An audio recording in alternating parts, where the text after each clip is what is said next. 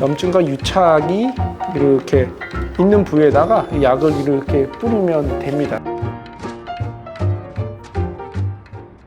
최 사모님 지금 뭐 하고 계세요? 요추 신경 성형수 그러니까 시술하려고 지금 준비하고 있습니다. 아, 그렇군요. 근데 이분은 많은 척추 수술 중에 왜 하필 신경 성형수를 받고 계신 거예요? 비술적인 치료 방법이 굉장히 많은데요. 전 세계적으로 특히 우리나라에서 가장 많이 하는 시술이 그 요추 신경 성형술인 것 같아요. 가장 좀 트렌디하고 가장 핫한 시술이죠. 대부분 특히 저는 주로 지난번에도 제가 말씀드렸듯이 신경 성형술을 주로 많이 하고 있습니다. 예. 혹시 이분 말고도 또 그럼 어떤 분들이 신경 성형수를 받으시면 더 좋으신가요? 수술을 할 정도가 아닌 경우나요?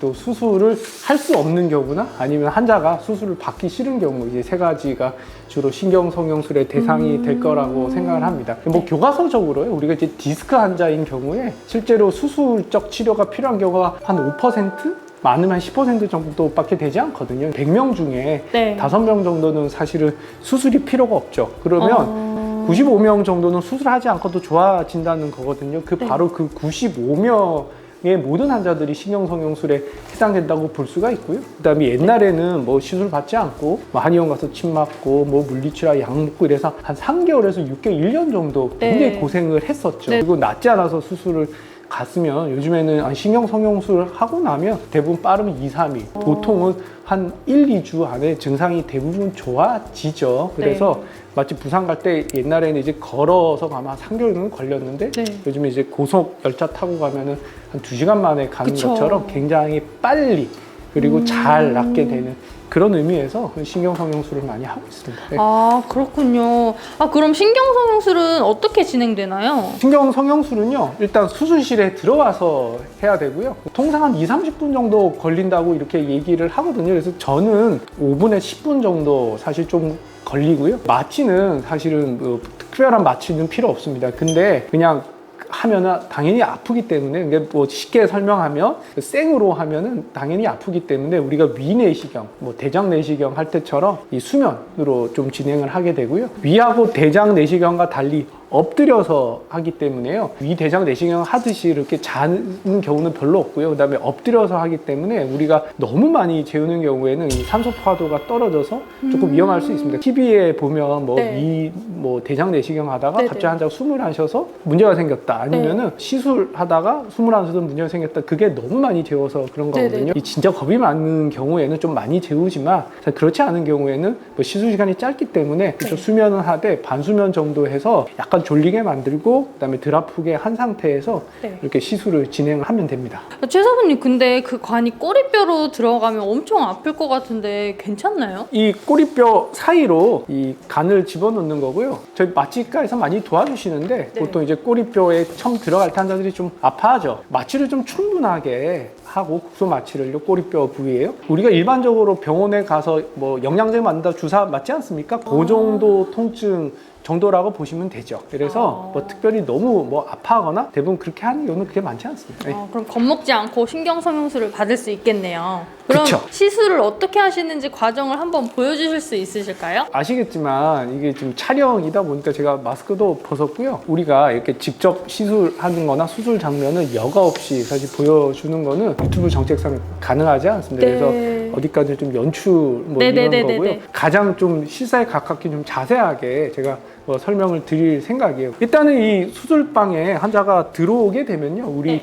수술방에 있는 그 스태프들이 가서 이제 환자를 이렇게 수술 테이블 또는 뭐 척추 테이블 또 시술 테이블 이런 데서 이렇게 엎드리게 되죠. 그래서 이렇게 엎드려 있는 이 자세가 척추 시술이나 수술인데 가장 기본적인 자세가 됩니다. 이렇게 하게 되고요. 그 다음에 꼬리뼈 쪽으로 들어가기 때문에 바지는 조금 더 내려서 이제 꼬리뼈까지 노출을 하죠. 그리고 나서 세균 감염 같은 게 생기면 안 되기 때문에 이제 철저하게 수술 부위 넓게 이렇게 소독을 하고요. 가능하면 뭐 일회용으로 된 이 소독 포드를 붙여서 무균, 그죠? 네. 무균 수술, 특히 이건 시술이죠. 무균 시술이 되도록 이렇게 준비를 합니다. 뭐 여기 이제 보이는 장비가 시암이라는 장비고요. 이거 디지털 장비고 아마 국내에 있는 시암 중에서는 가장 그 화면이 선명하게 나올 걸로 보이는데요. 네네. 이런 이제 시암이라고 하는 영상을 보면서요 시술을 진행하게 되고 정확한 부위에 네. 이제 시술이 되도록 이렇게 하게 됩니다. 그럼 이제 한번 카테타를 이용해서 대략적으로 어떻게 수술이 진행되는지 보여주실 수 있으실까요? 네, 뭐 카테타를 좀 보여달라고 하셔가지고요. 이게 뭐 저는 이게 그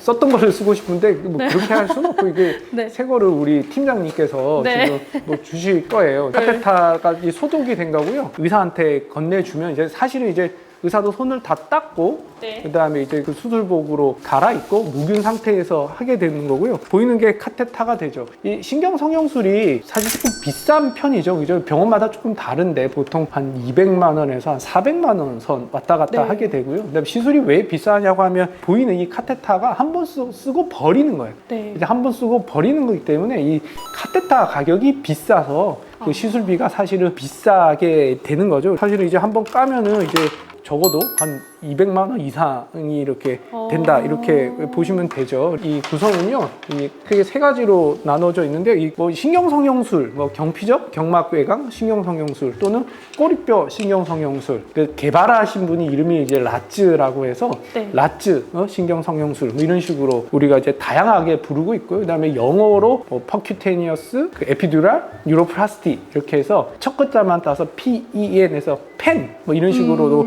부르긴 하는데 크게 이제 구성은 이 꼬리뼈로 이렇게 간이 있고요. 이 간 안으로 이렇게 카테타가 사실은 들어가게 됩니다. 이 보면 이제 방향이 이렇게 오른쪽, 왼쪽 이런 식으로 이렇게 움직일 수가 있죠. 꼬리뼈 쪽에 마취를 잘하고 이 간을 일단 넣고요. 그 다음에 이 간을 뺀 다음에 이렇게 이제 사실은 들어가서 이렇게 이제 방향을 찾아다니면서요. 오른쪽, 네. 왼쪽이요. 이렇게 찾아다니면서 우리가 이제 그 병이 있는 부위 거기다가 정확하게 약물을 이렇게 뿌려서 염증을 제거하고 유착을 사실은 제거를 하게 됩니다. 뭐 이렇게 약을 뿌리고 싶은 지점에요 정확하게 다 보이세요? 뭐 이런 식으로 네네.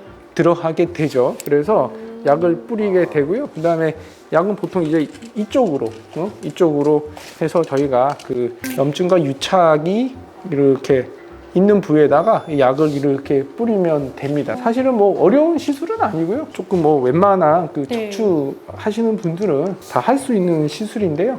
의사의 그 경험도나 숙련도에 따라서 좀 시간 뭐 네. 같은 거고요. 많이 한 의사가 이렇게 네네. 시간이 조금 짧게 걸릴 거고 할 때 덜 아플 거고요. 하고 나서도 좀 덜 아플 겁니다. 그리고 그 수술 전에 MRI 환자 증상을 잘 맞춰서요. 어느 부위에 얼마나 약을 잘 뿌리느냐, 그죠? 뭐 이런 거에 좀 달라지는 거고요. 의사들마다 이 염증과 유착을 녹이는 그 약 구성이 다 의사들마다 조금씩 달라요. 저는 네네. 이 생리식염수하고 유착을 제거하는 그 성분하고요. 그다음에 그 마취제 해서 약을 주로 쓰고 있는데 뭐 생리식염수를 얼마나 쓰느냐, 그다음에 스테로이드는 좀 소량만 쓰고 있습니다. 스테로이드를 얼마나 쓰느냐에 따라서 효과라든가 아니면 부작용이라든가 아니면 시술의 그 기간, 이제 효과 있는 기간 이런 것들이 의사들마다 조금씩 다르겠죠. 이런 약 쓰는 약은 권장 사항은 있지만 의사들이 좀 자기만의 이런 방법으로 많이 하고 있고요. 저는 뭐 제가 뭐 10년 동안 굉장히 많이 한 시술이기 때문에 제 원칙대로 이렇게 하고 있습니다. 네. 최신 시암 장비를 쓰면 좋은 점이 뭐가 있을까요, 원장님? 원래 이제 조영제라는 거를 넣어서 유착이 네. 있는 부분을 좀 하긴 하고요. 그다음에 약을 넣고 그다음에 유착이 다시 박리가 되는 이런 것들을 보게 되는데요. 아무래도 그 시암 장비가 좋으면 훨씬 더 잘 보이는 거고요. 그 시암 장비가 좀 오래되면은 사실은 잘 안 보여서 좀 감으로 하게 되는 거죠. 옛날 우리가 TV 볼 때 최신형 OLED TV를 보면 굉장히 선명하게 잘 보이는 거예요. 구형 그쵸. TV를 보면은 잘 안 보여서 TV 가까이 보게 되고, 그죠? 뭐 그런 거랑 똑같다고 보시면 됩니다. 네. 최 사부님 그럼 최근에 신경성형술을 하신 분들 중에 좀 기억에 남는 환자분이 계실까요? 신경성형술이 우리나라에서 굉장히 많이 하게 되는데 저처럼 이제 그 수술하는 의사가 이렇게 직접 수술도 하고 시술도 하는 경우도 있고요. 그다음에 네. 뭐 수술을 하지 않는 이제 척추를 치료하는 의사분들이요. 네. 그런 분들이 굉장히 많거든요. 이제 전공이 뭐 재활의학과라든가 마취통증의학과라든가 그런 네. 분들도 있고요. 그다음에